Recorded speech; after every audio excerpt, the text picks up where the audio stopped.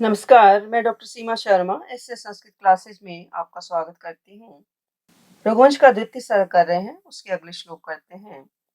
कंडुए मानेन कटम कदाचित वन्य द्वीपेन उन्मथिता त्वगस्य अथ एनम अद्रे स्तन्या शुशोच सैनान्यम लीडम इव असुर अस्त्रे।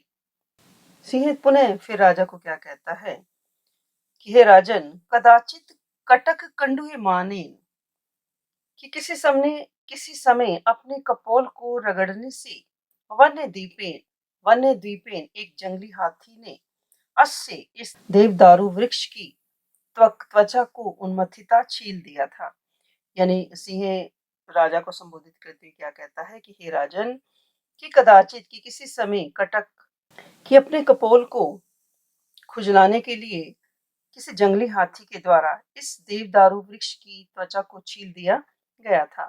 तब इसके बाद अद्र तन्या असुर अस्त्रे कि इसके पश्चात हिमालय की पुत्री पार्वती असुरों के अस्त्र से घायल हुए सेनानी कार्तिकी के समान इस वृक्ष के विषय में शोक करने लगे। यानी एक समय सिंह क्या कहता है कि हे राजन, कि किसी समय जंगली हाथी ने अपनी गर्दन की खुजलाहट को दूर करने के लिए इस देवदारू वृक्ष में अपनी गर्दन को रगड़ डाला था, जिससे इस वृक्ष की छाल उखड़ गई थी, जिसे देखकर माता पार्वती को उतना ही दुख हुआ जितना कि युद्ध में दैत्यों के अस्त्रों से शत विशत अपने कुमार कार्तिकेय को देखकर हुआ था। तदा प्रभृति वन द्वीपानां त्रास अर्थम अस्मिन् अहम अद्रिकुक्षौ व्यापादिते शूलभृता विधाय सिंहत्वम अंकगतम सत्ववृत्ति। सिंह फिर क्या कहता है कि जब तब से लेकर के देवदारू की छाल देवदारू वृक्ष की छाल उखाड़े जाने के बाद एव वन द्वीपानाम की जंगली हाथियों को त्रास अर्थम अत्यधिक भयभीत करने के लिए शूलभृता उस शिवजी ने अंक आगत सत्वृत्ति अंदर आए हुए प्राणियों पर आजीविका चलाने वाले सिंहत्वम विधाई सिंह का रूप बना करके अस्मिन अद्रि कुक्षो अहम व्यापादिते इस पर्वत की गुफा में मुझे नियुक्त किया है। यानी जब से सिंह क्या कहता है कि जब से उस देवदारू वृक्ष की छाल को उस जंगली हाथी ने उखाड़ दिया था, छील दिया था, तब से लेकर के उस वन के जंगली हाथियों को भयभीत करने के लिए शूलभृता शूल को धारण करने वाले यानी भगवान शिव के द्वारा अंदर आए हुए प्राणियों पर आजीविका चलाने वाले उस सिंह का रूप बना करके इस पर्वत की गुफा में मुझे ही नियुक्त किया गया है। मैं रक्षा के रूप में नियुक्त किया गया हूँ। तब मुझ सिंह को क्या करना है वह भी सुनो हे राजन।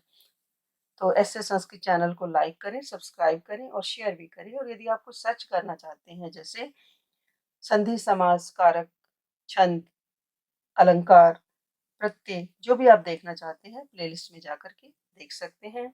और कम्युनिटी में भी मैं बीच बीच में प्रश्न डालती रहती हूँ, उसका भी आप कमेंट बॉक्स में जाकर के जवाब दे सकते हैं, जवाब लिख सकते हैं। तस्य अलमेषा शुद्धितस्य तृप्तै प्रदिष्ट काला परमेश्वरेन उपस्थिता शौनित पारणा में सुरद्विष चांद्र मसी सुधी।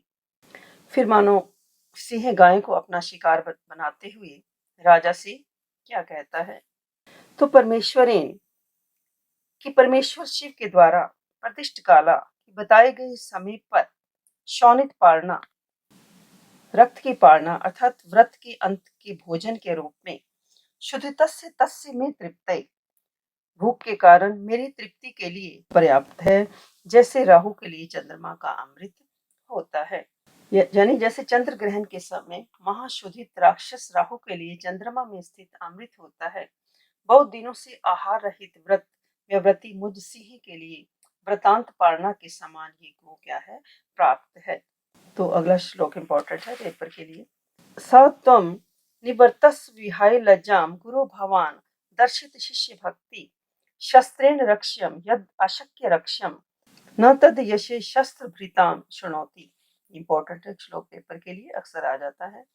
तो फिर सिंह मानो राजा दिलीप को लज्जित न करता हुआ क्या कहता है कि हे राजन, हाथों के इस प्रकार रुक जाने पर किम कर्तव्य विमूढ़ होने से आंखें मूंद कर लज्जित होते हुए तुम इस प्रकार खड़े मत रहो, क्योंकि स त्वं लज्जां विहाय निवर्तस्व। लज्जा को छोड़ो और आश्रम की ओर चले जाओ, क्योंकि तुम्हारे गुरु नाराज नहीं होंगे। क्योंकि भगवान गुरु दर्शित शिष्य भक्ति, क्योंकि तुम्हारे द्वारा शिष्य के रूप में जो भक्ति है वो तुम उस भक्ति भावना को दिखा चुके हो। यथ रक्षम शस्त्रेण अशक्य रक्षम शस्त्र भृताम यश शृणोति। अतः जो रक्षा करने योग्य वस्तु अस्त्र शस्त्रों से रक्षा करने योग्य नहीं होती, वह वस्तु नष्ट होती हुई भी शस्त्रधारी के यश को कम नहीं करती। इस विषय में तुम्हारे लाचारी गुरु विशिष्ट समझ जाएंगे। अतः तुम यहाँ से वापस अपने आश्रम की ओर चले जाओ। इति प्रगल्भम पुरुष अधिराजो मृग अधिराजस्य वचो निशम्य प्रत्याहत अस्त्रो गिरीश प्रभावाद आत्मन्य अवज्ञां शिथिली चकार।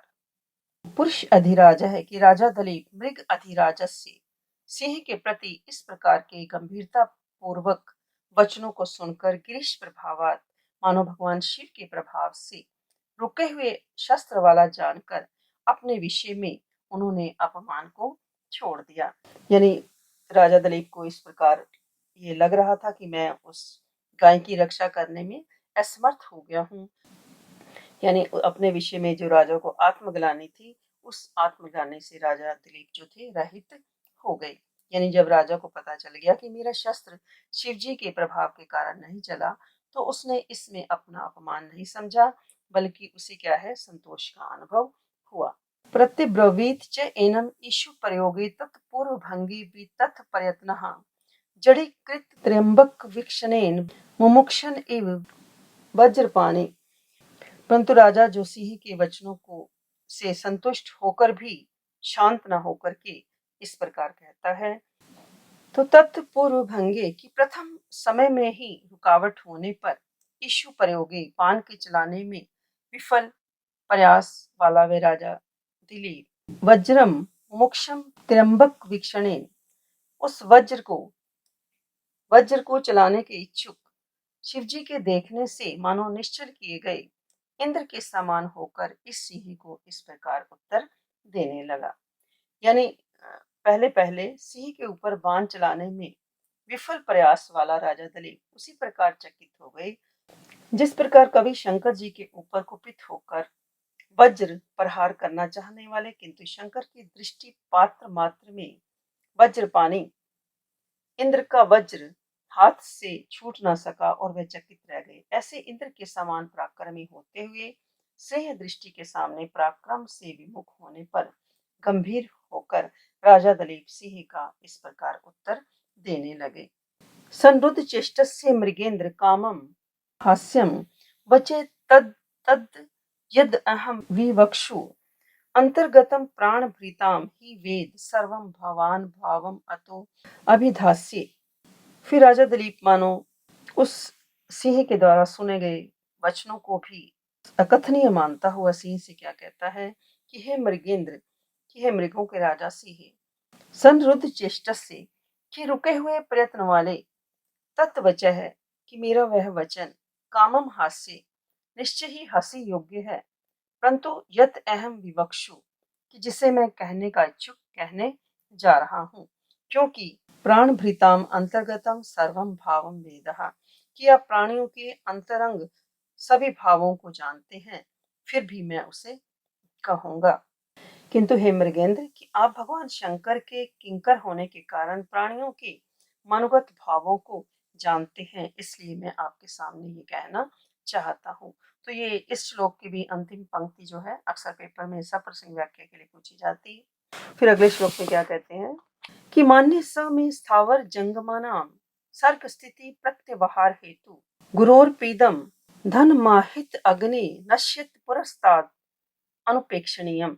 तो राजा दिलीप फिर शिवजी का सम्मान करते हुए फिर सिंह से क्या कहते हैं कि हे मृगेंद्र कि स्थावर जंगमानाम सर्ग स्थिति प्रत्यवहार हेतु कि सकल चर अचरात्मक जगत की उत्पत्ति पालन तथा संहार के कारणभूत भगवान शंकर मेरे परम आराध्य हैं। भगवान शंकर क्या है, मेरे परम आराध्य है, अत्यधिक सम्मान के योग्य है। पुरस्तात नश्यत आहित अग्नि गुरु इदम धनम अपि अनुपेक्षणीयम अतः मेरे सामने ही नष्ट होने वाली महर्षि वशिष्ठ की ये गायें नंदिनी नाम की गौरव संपत्ति भी उपेक्षा करने के योग्य नहीं है। तो ये श्लोक भी पेपर के लिए अक्सर आ जाता है, इंपॉर्टेंट है। तो राजा दिलीप शिव जी का सम्मान करते हुए फिर उस सिंह से क्या कहते हैं कि चर और अचर यानी जितने ही भी इस समस्त सृष्टि पर चर या अचर प्राणी हैं, उस जगत की उत्पत्ति, पालन और संहार के कारणभूत भगवान शंकर क्या है, मेरे अत्यधिक सम्माननीय हैं, अत्यधिक आराध्य हैं।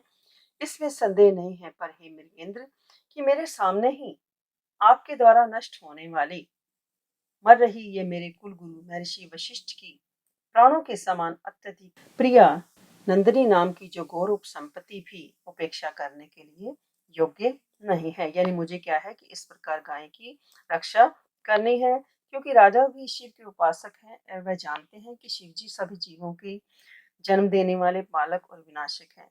परंतु राजा के सामने गाय का विनाश भी क्या है, राजा को सहन नहीं हो पा रहा है। कि स तुम मदयेन शरीर वृत्तिम देहेन निर्वर्तितुम प्रसीद दिनावसानो उत्सुक बालवत्सा विसृज्यताम धेनुरियम महर्षि।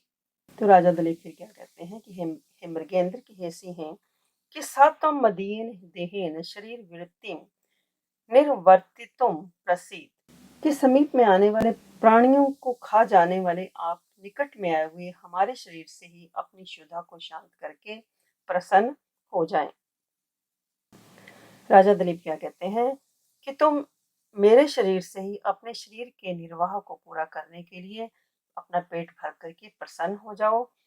तो दिन अवसान उत्सुक बाल वत्सा महर्षि यम धेनु विसृज्यता, दिन के अंत में इस प्रकार व्याकुल होती हुई छोटे से बछड़े वाली इस महर्षि गाय को विसर्जितम आप छोड़ दीजिए।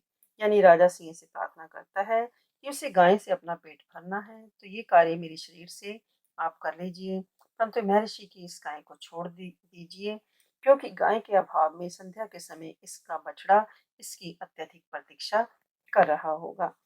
तो इसमें हमारे काफी श्लोक इंपॉर्टेंट आए हैं। 40वां इंपॉर्टेंट है और 43वां श्लोक इसमें इंपॉर्टेंट है। इसमें सप्रसंग व्याख्या के रूप में पूछा जाता है और सप्रसंग सरलार्थ के रूप में पूछा जाता है। तो आज के लिए इतना ही। धन्यवाद। जय हिंद, जय भारत।